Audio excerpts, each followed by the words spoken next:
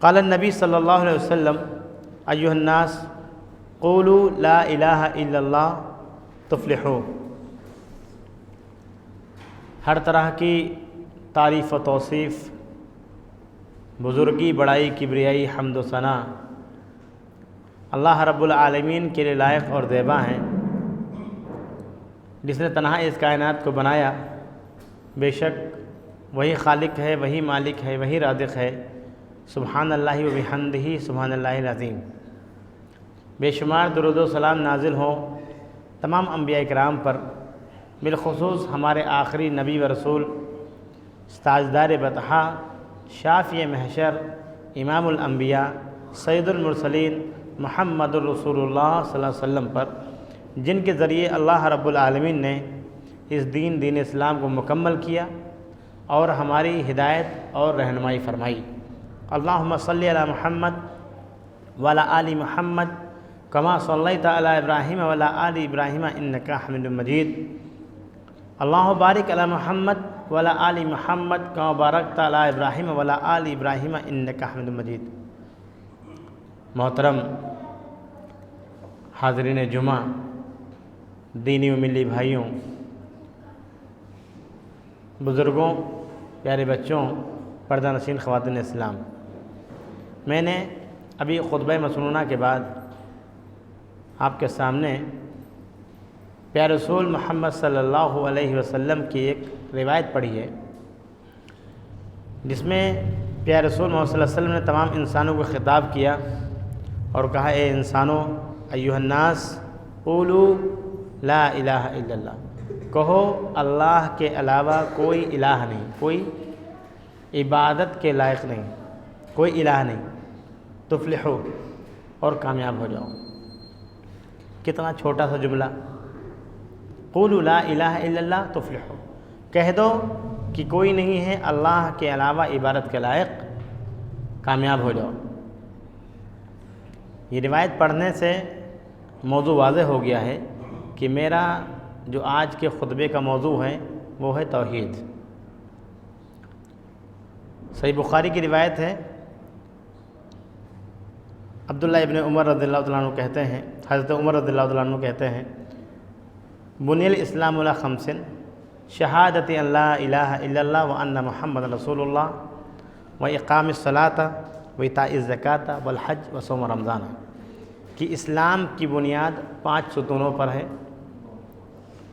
پہلا ہے اقرار کرنا کہ اللہ کے علاوہ کوئی بھی عبادت کے لائق نہیں ہے اور محمد صلی اللہ علیہ وسلم اللہ کے رسول ہیں۔ دوسرا، نماز کو قائم کرنا۔ تیسرا، زکوٰۃ کو ادا کرنا۔ چوتھا، حج بیت اللہ کرنا۔ اور پانچواں، رمضان کے فرض روزے رکھنا۔ یہ 5 ارکان ہیں۔ آج جو میں آپ کے سامنے کچھ باتیں کروں گا وہ توحید کے متعلق ہیں۔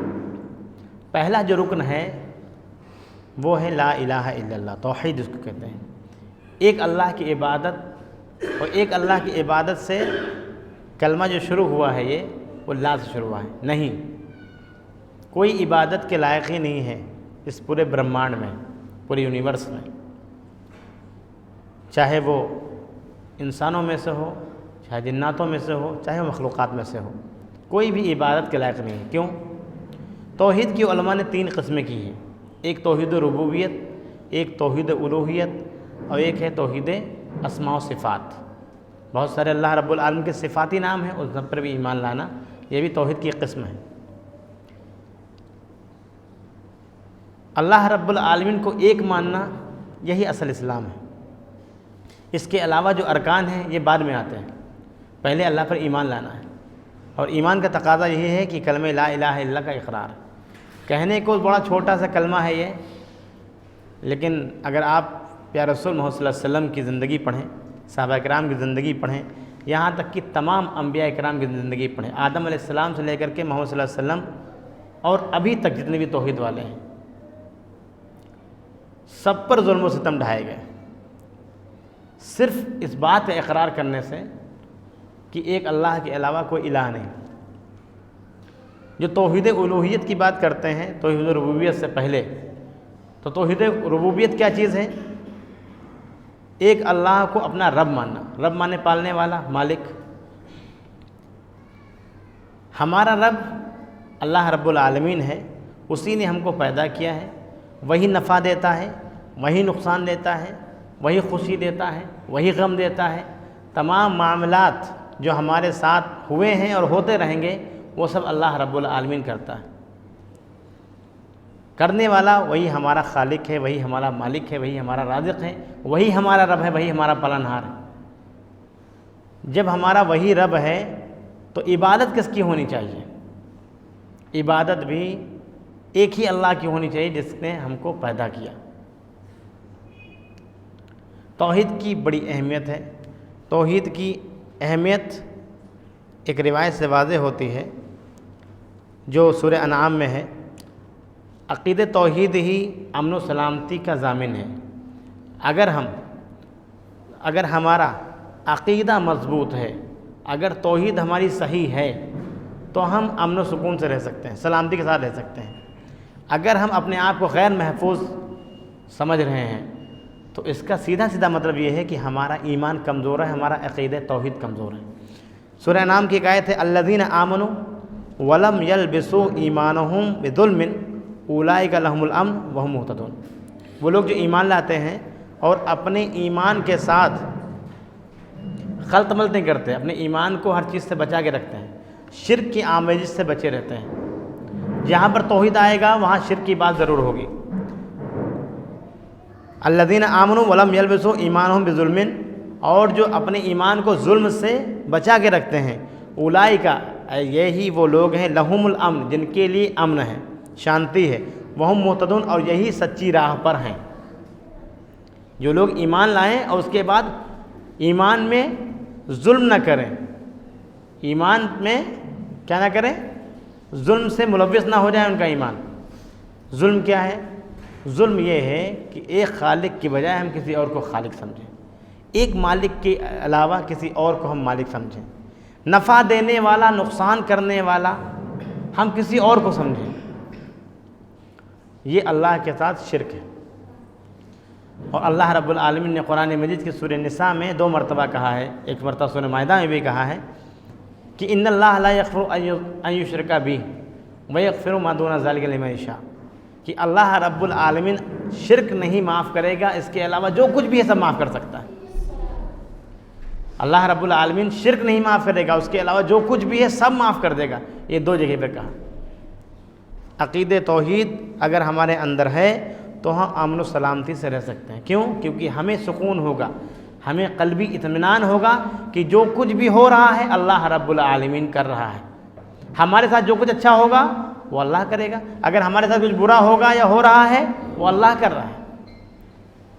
اگر یہ ہم کو معلوم ہو جائے، اور ہمیں یہ معلوم ہونا چاہیے، ہمیں اس بات کا شعور رکھنا چاہیے، یہی اسی کا نام ایمان ہے، یہی تو یقین ہے، یہی تو اللہ پر بھروسہ ہے۔ اگر ہمارا عقیدہ توحید ذرا سا بھی ڈگمگ ہے ہم امن و شانتی سے نہیں رہ سکتے، عجیب ہیجان سا ہوگا۔ آج جو ڈپریشن سے جو مر رہے ہیں، کیا ہے؟ میرا فلاں صاحب نقصان کر دیں گے، میرا کام بگڑ جائے گا، میری ترقی رک جائے گی۔ کون روکے گا؟ میرا باس روکے گا، میرے خاندان والے روکیں گے۔ نعوذ باللہ، اللہ معاف کرے، ہم نے چھوٹی چھوٹی چیزوں کو رب بنا رکھا ہے، چھوٹی چھوٹی چیزوں کو الہ بنا رکھا ہے۔ تو عقیدہ توحید اگر گڑبڑ ہے، اگر ہمارا عقیدہ درست نہیں ہے تو ہر در پہ ہم مانگنے چلے جائیں گے۔ ایک روایت ہے جس کو صحیح مسلم میں روایت کیا ہے، صحیح مسلم امام مسلم نے، عبداللہ ابن عباس راوی ہیں، بہت چھوٹے بچے تھے، نبی صلی اللہ علیہ وسلم جا رہے تھے سواری پر، عبداللہ ابن عباس تھے، ان کو بٹھا لیا سواری پہ۔ کہتے ہیں، روایت کرتے ہیں، کنت خلف النبی صلی اللہ علیہ وسلم، میں نبی صلی اللہ علیہ وسلم کے پیچھے سواری پر سوار تھا۔ کیا کہتے ہیں نبی صلی اللہ علیہ وسلم؟ یا غلام انی اعلمک بکلمات، اے پیارے بچے میں تم کو کچھ کلمات سکھاتا ہوں۔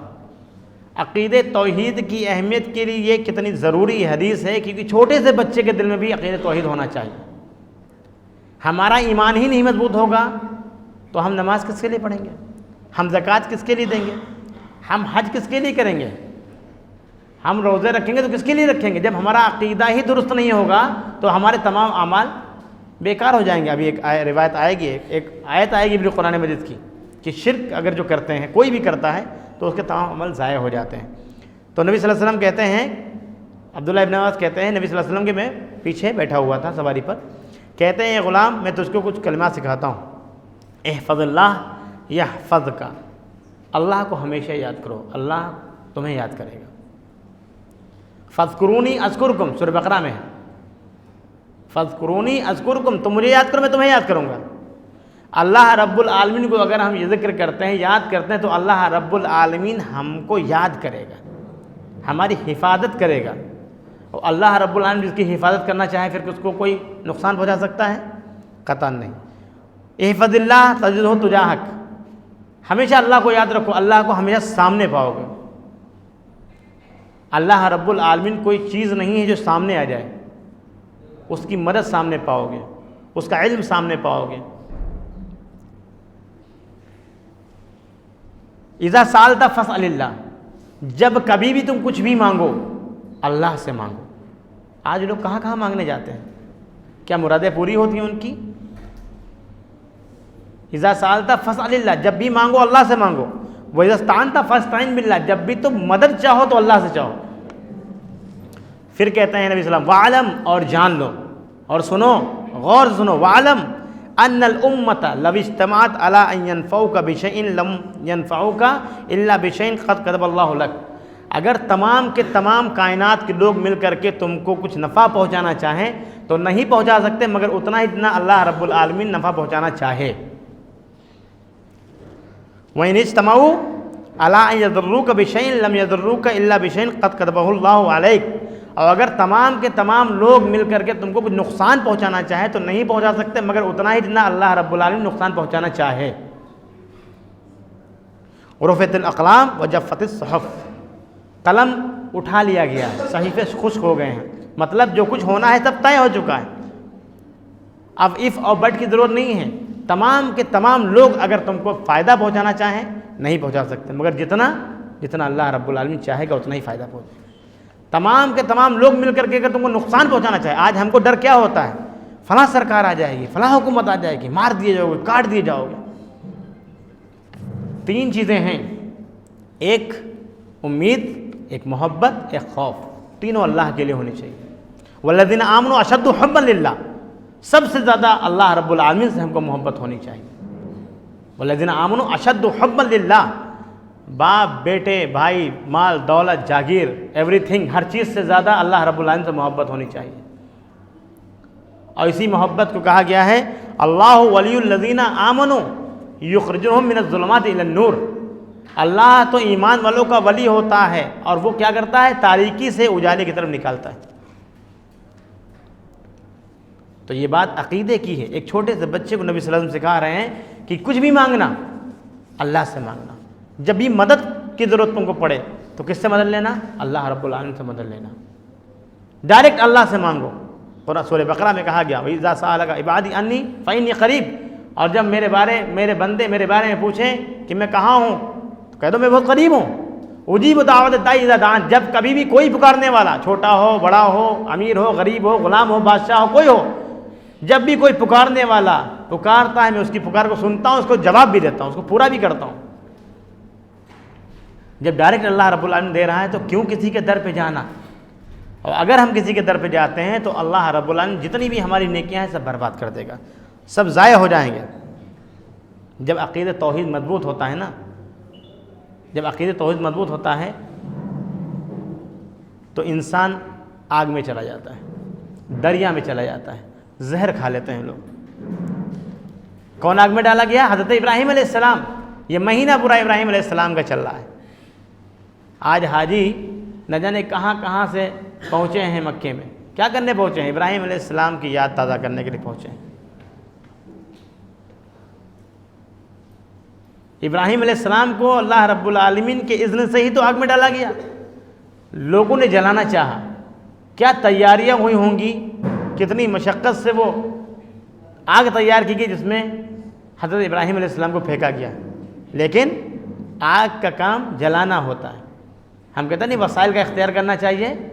ہاں آگ کا کام جلانا ہے, پانی کا کام ڈبانا ہے, دریا کا کام ڈبانا ہے, اور زہر کا کام یہ ہے کہ انسان کو مار دینا.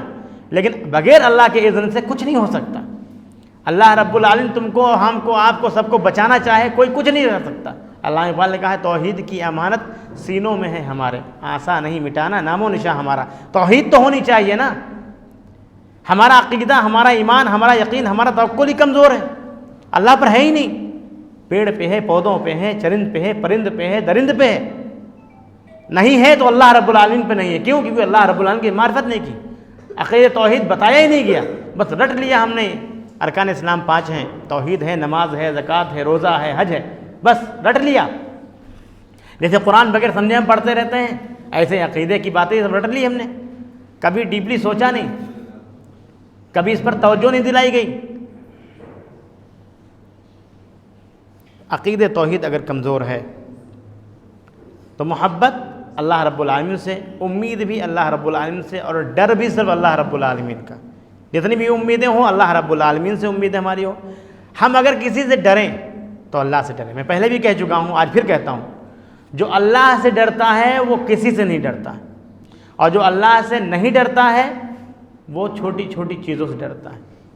وہ اس کو کبھی قلبی سکون نہیں مل سکتا, اس کو پریشانی ہمیشہ رہے گی, اس کو ہمیشہ بی پی رہے گی. میں کہوں آج کی زبان میں اگر تو تمام گناہوں کی معافی ہے, لیکن ایک شرک گناہ ایسا ہے جس کی کوئی معافی نہیں ہے. سورہ نساء کی آیت میں پڑھ چکا ہوں, اور سورہ مائدہ کی آیت نمبر 72 میں بھی یہی چیز لکھی ہوئی ہے. شرک سب سے بڑا ظلم ہے.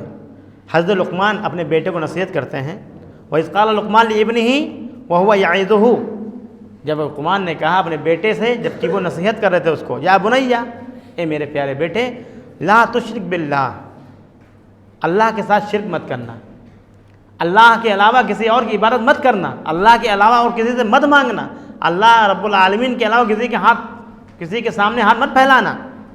ان الشرک لظلم عظیم, شرک جو ہے سب سے بڑا ظلم ہے. ایک اور آیت جو میں پہلے پڑھ چکا ہوں, الذین آمنوا ولم یلبسوا بظلم اولئک لهم الامن وهم مہتدون, وہ لوگ جو ایمان لاتے ہیں اس کے بعد ان کے ایمان میں کوئی بھی چیز خلط ملط نہیں ہوتی ہے, مکس نہیں ہوتی ہے. ایک اللہ پر توکل تو توکل, اور توکل جب کرتے ہیں, بھروسہ جب کرتے ہیں, یقین جب کرتے ہیں, تو اللہ رب العالمین دریا میں راستے بناتا ہے. موسیٰ علیہ السلام اور قوم جا رہے ہیں لے کر کے, سامنے سمندر آ گیا, پوری قوم لڑنے لگی. قرآن میں نہیں ہے لیکن تورات میں ہے. پوری قوم موسیٰ علیہ السلام کو لعن طعن کرنے لگی. اس اچھا خاصا وہاں رہ رہے تھے, غلام ہی تو تھے, کوئی بات نہیں, کھانا تو مل رہا تھا, کھانا تو مل رہا تھا, غلام تھے تو کیا ہوا, کہاں لے کے چلے گئے, سامنے دریا ہے, مر جائیں گے. کیا کہا تھا موسیٰ علیہ السلام نے, ان ربی معی ربی سیہدین, میرا رب میرے ساتھ ہے, وہ مجھے راستہ دکھائے گا. اب موسیٰ علیہ السلام کو حکم ہوا کہ اس دریا میں خالی اپنا عصا رکھ دو, پہاڑ جیسا پل بن گیا, نکل گئے. جب اللہ پر بھروسہ ہوتا ہے تو ایسے ہوتا ہے. سورہ طلاق میں اللہ رب العالمین نے کہا, وَمَن يَتَوَکَّلْ عَلَى اللَّهِ, جو اللہ پر بھروسہ کرتا ہے, فَهُوَ حَسْبُكَ, تو اس کے لیے کافی ہے, وہ کافی ہے. اللہ پر بھروسہ کرو گے تمہارے لیے کافی ہے. پوری دنیا میں بھروسہ کر کے رکھ دو, تم کو دھوکہ ہی ملے گا, تم کو نقصان ہی ملے گا, تمہارے اعمال تک ضائع ہو جائیں گے. ایک اللہ پر بھروسہ کرو گے, اللہ رب العالمین وسائل پیدا کرے گا.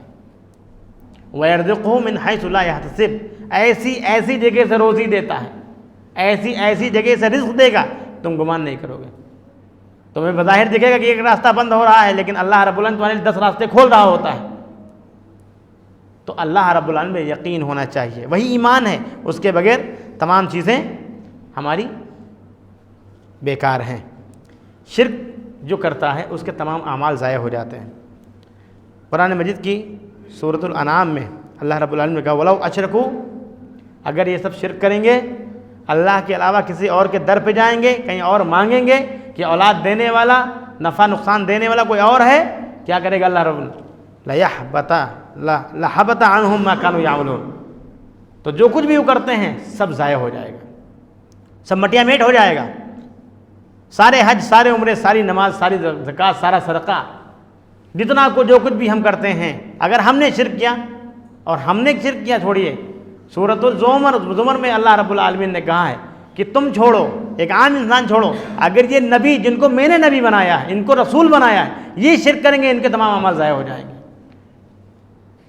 سورۃ الزمر میں کہا اللہ رب العالمین لقد اوحی الیک، ہم نے تمہاری طرف وحی کی ہے، وإلی الذین من قبلک، اور تم سے پہلے لوگوں کے بھی وحی کر چکے ہیں، لئن اشرکت لیحبطن عملک، کہ ہم اگر تم شرک کرو گے تو تمہارے تمام اعمال ضائع کر دیں، وَلَتَكُونَنَّ مِنَ الْخَاسِرِينَ، اور گھاٹا اٹھانے والوں میں سے ہو جاؤ گے، نقصان ہو جائے گا تمہارا۔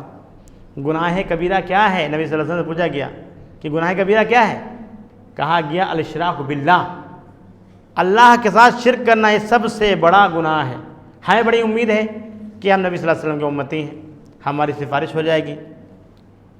اللہ معاف کرے، بہت سارے ہمارے مسلمان بھائی بیعت کرتے ہیں جعلی پیر اور مریدوں پر، پیروں پر اور جعلی باباؤں پر۔ آج بھی گاؤں میں جائیے دیکھیے ارے آپ کسی سے مرید ہوئے کہ نہیں ہوئے؟ کیوں ہوئے؟ وہی تو بچائیں گے آگ سے، وہی جنت میں لے کے جائیں گے۔ ہمارا عقیدہ یہ ہے، اور یہ اہل سنت والجماعت کا عقیدہ ہے، کہ اللہ کے نبی پیارے رسول محمد صلی اللہ علیہ وسلم قیامت کے دن سفارش کریں گے۔ لیکن یہ مغالطہ ہے، ایک مسلمانوں کے اندر ایک خوش فہمی یہ ہے کہ نبی صلی اللہ علیہ وسلم سب کی سفارش کریں گے۔ کیا کسی کا عقیدہ نہ صحیح ہو، کوئی نماز نہ پڑھتا ہو، کوئی اسلام پہ کبھی چلا ہی نہ ہو، کہ سب کی سفارش ہو جائے گی؟ تو آج وہ ڈاؤٹ کلیئر کر لیجئے۔ نبی صلی اللہ علیہ وسلم نے کہا لِكُلِّ نَبِيٍّ دَعْوَةٌ مُسْتَجَابَةٌ، ہر نبی کو ایک چانس ملتا ہے کہ اس کی دعا قبول ہو جائے۔ کوئی بھی ایک نبی، اس کو ایک چانس ہوتا ہے کہ جب بھی آپ دعا کرو گے آپ کی دعا قبول کی جائے گی۔ فَتَعَجَّلَ كُلِّ نَبِيٍّ دَعْوَتُهُ، سارے نبیوں نے وہ دعا اپنی زندگی میں ہی کر لی، تمام انبیاء نے، آدم علیہ السلام سے لے کر کے محمد صلی اللہ علیہ وسلم تک تمام جتنے بھی نبی آئے ہیں نبی صلی اللہ علیہ وسلم کے علاوہ، سبھی نے وہ دعا مانگ لی اپنی زندگی میں ہی۔ کیوں؟ کیونکہ لوگوں نے اتنا پریشان کیا۔ توحید کے جب کلمہ آپ بلند کریں گے، صرف لا الہ الا اللہ کا اقرار کریں گے، تو حضرت بلال والا حل ہوگا، حضرت سمیہ والا حل ہوگا، حضرت مصعب بن عمیر والا حل ہوگا۔ حضرت بلال کو صرف اس لیے مارا گیا، اس لیے تپتی ریت پہ لٹایا گیا، گھسیٹا گیا، زخم دیے گئے، پریشان کیا گیا، کوڑے چلے، کہ کہہ دو احد احد چھوڑ دیں۔ تمام جتنے بھی کفار و مشرکین تھے سب اللہ کو اللہ مانتے تھے، لیکن اس کے ساتھ کسی اور سے بھی مانگتے تھے۔ سب اللہ کو اللہ مانتے ہیں، آج بھی ایک ہی ایشور ہے، سب جانتے ہیں، لیکن جیسے ہم مسلمان شرک کر رہے ہیں ایسے ہی اور بھائی بھی ہمارے شرک کر رہے ہیں۔ کسی سے پوچھ لیجئے آپ، نفع دینے والا اللہ تعالیٰ، ایشور، ایک ہی ایشور تو ہے جو برہمانڈ چلا رہا ہے، سب کہتے ہیں، لیکن وسیلے لوگ لگاتے ہیں۔ اب وہ وسیلہ لگائیں تو وہ غیر مسلم، ہم وسیلہ لگائیں ہم کسی اور سے مانگیں تو ہم مسلمان، یہ کہاں کا انصاف ہے؟ ایک اللہ کی عبادت، اس کے ساتھ ذرا سا بھی شرک نہیں کرنا ہے۔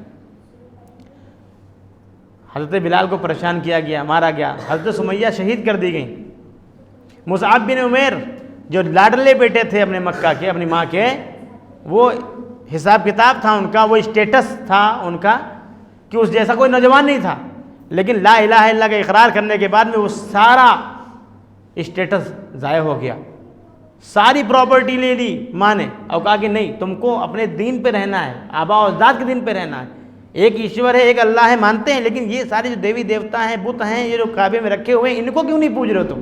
یہ بھی تو مادھیم ہے وہاں تک پہنچنے کا، بس اتنی سی بات تھی، سارے ایسو عشرت لے لیے گئے، صرف ایک لا الہ کے اقرار اتنا پاورفل ہے۔ ہم سمجھتے ہیں وہ کلمہ پڑھنے سے کیا ہوتا ہے، آخری کلمہ جس کا ہوگا لا الہ الا اللہ اس کو جنت ضمانت دی گئی ہے، لیکن صرف کلمہ پڑھنے سے، زبانی دعوے سے کچھ نہیں ہوتا۔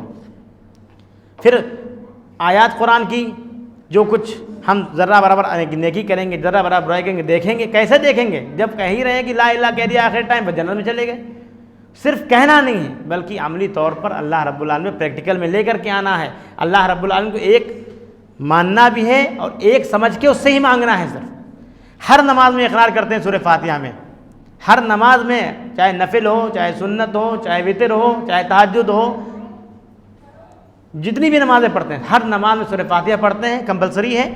اس سورہ فاتحہ میں اقرار کرتے ہیں ایاک نعبد و ایاک نستعین۔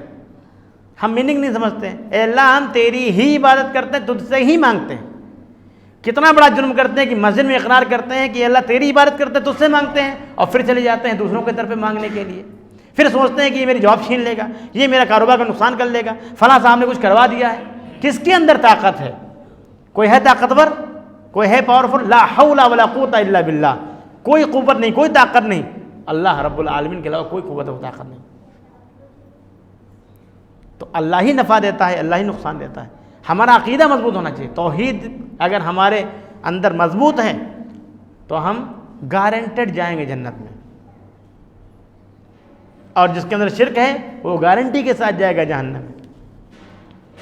تو ہر نبی کی ایک دعا ہوتی ہے، تمام انبیاء نے اپنی دعا مانگ لی اسی دنیا میں، اتنا پریشان ہی کیے گئے۔ اگر مسلمانوں پر، توحید والوں پر کوئی پریشانی اور مصیبت اللہ تعالیٰ ڈالتا ہے تو اس کو برداشت کرنا چاہیے۔ یہ انبیاء کی سنت ہے، یہ رسولوں کی سنت ہے۔ تو نبی صلی اللہ علیہ وسلم نے اپنی دعا کو اسٹور کر لیا، نہیں مانگا۔ وَإِنِّي اخْتَبَأْتُ دعوتی شفاعت لِأُمَّتِی، اور میں نے اپنی دعا کو روک رکھا ہے، انتخاب کر رکھا ہے کہ اپنی امت کے شفاعت کی دعا میں کروں گا۔ کب؟ قیامت کے دن، یوم القیامہ۔ فَهِيَ نَائِلَةٌ انشاءاللہ، اور مجھے وہ چیز ملے بھی گی۔ نبی صلی اللہ علیہ وسلم کہتے ہیں مجھے وہ چیز دی بھی جائے گی، جو میں مانگوں گا مل جائے گا، کیونکہ ہر نبی کی ایک اتھارٹی ہوتی ہے کہ ایک دعا تمہاری قبول ہو جائے گی۔ تمام انبیاء نے جلدی کی، میں نے روک لی، اور مجھے معلوم ہے کہ قیامت کے دن مانگوں گا مل جائے گا، اور میں شفاعت مانگوں گا اپنی امت کی۔ لیکن امتیوں کے سارے امتیوں کی مانگوں گا۔ نبی صلی اللہ علیہ وسلم انشاءاللہ من مات من امتی، جو میری امت میں مرا، میری امت کا جو بھی شخص مرے گا، لا یشرک باللہ شیئا، لیکن اس نے ذرا سا بھی شرک نہ کیا ہو، اس کی شفاعت ہوگی۔ تو یہ ڈاؤٹ کلیئر کر لیجئے کہ نبی صلی اللہ علیہ وسلم سب کی شفاعت نہیں کریں گے، سب کی سفارش نہیں کریں گے، بلکہ قرآن مجید میں کہا گیا ہے جو لوگ قرآن کو چھوڑے ہوئے ہیں، قرآن نہیں پڑھتے ہیں، ان کی شکایت اللہ رب العالمین سے کریں گے نبی صلی اللہ علیہ وسلم۔ اور یہاں پہ کہا جا رہا ہے کہ توحید والا جو ہوگا، جس کا عقیدہ توحید صحیح ہوگا، اس کی سفارش اللہ کے نبی صلی اللہ علیہ وسلم کریں گے۔ تو ہمیں سب سے پہلے فوکس کس چیز پہ کرنا چاہیے؟ ایک اللہ پر، اس کی معرفت کریں، اس کی پاور کو سمجھیں، اسی کے آگے سر بسجود بھی ہوں۔ ایسا نہیں کہ نماز میں آئے، اقرار کیا یا نعبد و ایاک نستعین، اور پھر چلے گئے دوسرے کے در پہ بچہ مانگنے کے لیے، کاروبار میں ترقی مانگنے کے لیے، جاب نہیں لگ رہی ہے تو یہ دھاگا باندھ لیا، وہ پتیتا باندھ لیا، یہ ٹانگ لیا، وہ ٹانگ لیا، سب شرک ہے۔ من تعلق تمیمۃ فقد اشرک، جس نے ذرا سا بھی کوئی دھاگا ٹانگا کہ یہ نفع نقصان دے سکتا ہے، اس نے شرک کیا۔ اللہ تعالیٰ سب کچھ معاف کرتا ہے، شرک نہیں معاف کرتا۔ یہ دھاگا ہمارے کاروبار میں برکت لے کے آئے گا، یہ ہمارے بچے کا بخار دھاگا اتار سکتا ہے، یہ دھاگا، یہ تعویذ، صاف کہا گیا ہے من تعلق تمیمۃ فقد اشرک، جس نے کچھ بھی لٹکایا، تمیمہ لٹکایا، تعویذ لٹکایا، گنڈا لٹکایا، قرآن پوری لٹکا لو، پھر بھی اس کو، اس سے اگر یہ سوچتے ہو کہ یہ نفع دے گی، نہیں نفع دے گی۔ جو لوگ کہتے ہیں یا علی مدد، یا رسول اللہ مدد، یا غوث مدد، سب شرک کرتے ہیں۔ پتہ ہے جیسے لقمان علیہ السلام نے یہ تمام الفاظ نہیں کہنے چاہیے، صرف یا اللہ مدد ہونا چاہیے، یا اللہ مدد، یا رسول اللہ مدد نہیں ہے، یا علی مدد نہیں، یا غوث مدد نہیں، یہ سب شرکیہ جملے ہیں، کوئی بھی فائدہ نہیں پہنچا سکتا، کوئی نقصان نہیں پہنچا سکتا، یہ سب بشر ہیں، نبی صلی اللہ علیہ وسلم فائدہ نہیں پہنچا سکتے، ان سے بھی کوئی افضل ہے کیا؟ کوئی ولی، کوئی نبی ان سے، نبی صلی اللہ علیہ وسلم سے افضل تھا؟ وہ نہیں، وہ خود کہتے ہیں اپنی زندگی میں کہ اے قریش کے لوگوں جو کچھ مانگنا یہی مانگ لو، میں اوپر کچھ نہیں کام آؤں گا۔ حضرت فاطمہ سے کہتے ہیں بیٹی جو کچھ مانگنا یہی مانگ لو، قیامت کے دن میں تمہیں کوئی کام نہیں آؤں گا، کوئی حسب نسب نہیں، نبی کے خاندان کے لوگ تک وہاں پر پکڑے جائیں گے، چاہے نوح علیہ السلام کے قوم کے لوگ ہوں، چاہے لوط علیہ السلام کی بیوی ہو، چاہے نوح علیہ السلام کا بیٹا ہو، جو توحید نہیں مانے گا اس کی پکڑ ہوگی، اس کو جہنم میں ڈالا جائے گا۔ تو عقیدہ توحید بہت مضبوط ہونا چاہیے۔ تو یہ جو کلمات ہیں، جیسے لقمان علیہ السلام نے اپنے بیٹے کو نصیحت کی، ایسے ہی شیخ عبد القادر جیلانی رحمۃ اللہ علیہ جو 4 صدی کے مشہور عالم دین تھے، انہوں نے اپنے بیٹے کو نصیحت کی تھی، سیم ایسے ہی جیسے لقمان علیہ السلام نے۔ کیوں کہا ہے؟ کیونکہ لوگ 11 کی فاتحہ تو کروا لیتے ہیں لیکن ان کا پیغام نہیں لیتے ہیں۔ شیخ عبد القادر جیلانی ان کو بڑے پیر صاحب لوگ کہتے ہیں، 11 کی فاتحہ جسے کرواتے ہیں، جن کے نام پر 11 کی فاتحہ کرواتے ہیں، ان کا عقیدہ کیا تھا یہ معلوم کر لیجیے، ان کی نماز کہتے تھے یہ معلوم کر لیجیے۔ انہوں نے اپنے بیٹے سے نصیحت کی کہ کوئی حقیقت نہیں ہے اللہ کے علاوہ، جب بھی مانگو اللہ سے مانگو، اس کے علاوہ کوئی نہیں دینے والا، کوئی نہ مدد کرنے والا۔ ہمارا نفع نقصان، ہماری امن و شانتی سب توحید، عقیدہ توحید میں چھپی ہوئی ہے۔ ہمارا عقیدہ توحید مضبوط کر لیجئے، جو کچھ ہوتا ہے اللہ رب العالمین کرتا ہے۔ ہاں مصیبتوں میں، پریشانیوں میں دعا کرنا چاہیے، کیوں؟ اللہ رب العالمین نے کہا ہے، نبی صلی اللہ علیہ وسلم نے کہا ہے کہ لا يرد القضاء الا الدعاء، ہر بلا کو ٹالنے والی صرف دعا ہے۔ اور وہ بھی دعا کس سے کریں گے آپ؟ کسی کے مادھیم سے دعا نہیں کروائیں گے جا کر کہ فلاں صاحب بڑے بزرگ ہیں، بڑے پہنچے والے ہیں، ان سے دعا کروا دیں۔ قرآن مجید کی آیت بتاتی ہے کہ وَإِذَا سَأَلَكَ عِبَادِي عَنِّي فَإِنِّي قَرِيبٌ أُجِيبُ دَعْوَةَ الدَّاعِ إِذَا دَعَانِ، جب بھی کوئی پکارنے والا پکارتا ہے میں بہت قریب ہوں، میں دعا سنتا ہوں، اس سے بتا دو۔ اور ہم سوچتے ہیں کہ نہیں بھائی صاحب یہ ہم سے اچھے لگ رہے ہیں، ان کی داڑھی ہم سے بڑی ہے، یہ ہم سے بڑے ہیں، ہمارے بزرگ ہیں، ہمارے پیر ہیں، ہمارے مرشد ہیں، ہمارے اگوا ہیں، ان سے دعا کروا لیتے ہیں۔ مدفون لوگوں سے، زندوں سے دعا کروانا منع ہے، تو مردوں سے دعا لوگ کرواتے جا کر کے۔ تو ہمارا عقیدہ توحید اگر نہیں ہے تو ہماری نمازیں ضائع، ہمارے روزے ضائع، ہمارے تمام اعمال صالحہ ضائع ہو جائیں گے اگر ہمارا توحید گڑبڑ ہے، اگر ہماری عقیدہ توحید میں گڑبڑی ہے تو۔ اللہ رب العالمین سے دعا ہے کہ اللہ رب العالمین ہم سب کو شرک جیسے کبیرہ گناہ سے بچائے، آمین۔ وآخر دعوانا الحمد للہ رب العالمین۔